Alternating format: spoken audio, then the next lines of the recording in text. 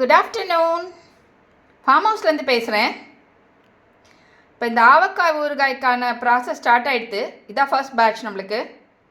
So இது காத்தால நல்லா ஓடோட கட் பண்ணி தட்டில் பரத்தி காய வச்சு வச்சுருந்தேன். அது வந்து உங்களுக்கு வந்து பார்த்தீங்கன்னா நல்லா மாய்ஸ்சரே இல்லாமல் நல்லா உணர்ந்துருது. ஸோ இப்போ வந்து இது ஸ்பைசஸ்லாம் போட்டுடலான்னு சொல்லிவிட்டு ஸ்பைசஸ்லாம் எடுத்து வச்சுட்டேன். இதுக்கு தேவையான மிளகா பொடி, கடுகு பொடி, வெந்தய பொடி, மஞ்சப்பொடி அண்ட் சால்ட் இது எல்லாமே எடுத்து வச்சுட்டேன் நான். அதிலே இப்போ நல்லெண்ணெயும் விட்டேன்.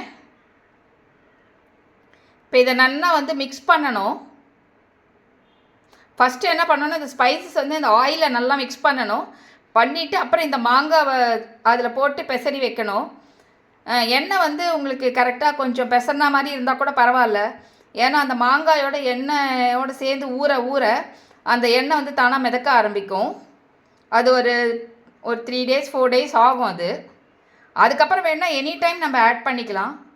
இந்த ஆவக்காய் ஊறுகாய் இல்லைன்னா எல்லாமே வந்து பச்சையாக தான் சேர்ப்போம். எதுவுமே இதில் வறுக்கிற பொருள் கிடையாது. ஆனால் இதில் ப்ரப்போர்ஷன் தான் ரொம்ப முக்கியம். அதே மாதிரி மாய்ஸ்சர் இல்லாமல் எந்த கண்டெய்னராக இருந்தாலும் இல்லை வந்து மாங்காயாக இருந்தாலும் அந்த கத்தியிலேருந்து எதுவுமே மாய்ஸ்சர் இருக்கக்கூடாது. மாய்ஸ்சர் இருந்ததுன்னா கண்டிப்பாக ஃபங்கஸ் வந்துடும். இல்லாட்டா 2 வருஷம் ஆனாலும் ஒன்றுமே ஆகாது. இப்போ மசாலாலாம் நல்லா மிக்ஸ் பண்ணி வச்சாச்சு. கண்டெய்னரும் ரெடியாக இருக்குது. இது வந்து பார்த்திங்கன்னா நல்லா தேய்ச்சி தொடச்சி வெயிலில் ஒரு நாள் காய வச்சு வச்சுருக்கேன். ஸோ இப்போ இதுக்கு ட்ரான்ஸ்ஃபர் பண்ணிட வேண்டியது தான். வச்சுட்டு ஒரு 2 நாள் அப்படியே விட்டுடலாம். விட்டுட்ட பிறகு தானாக வந்து எண்ணெய் சோக்காகும்.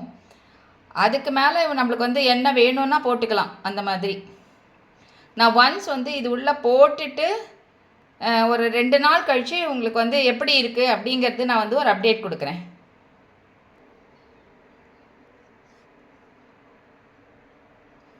தேங்க்யூ.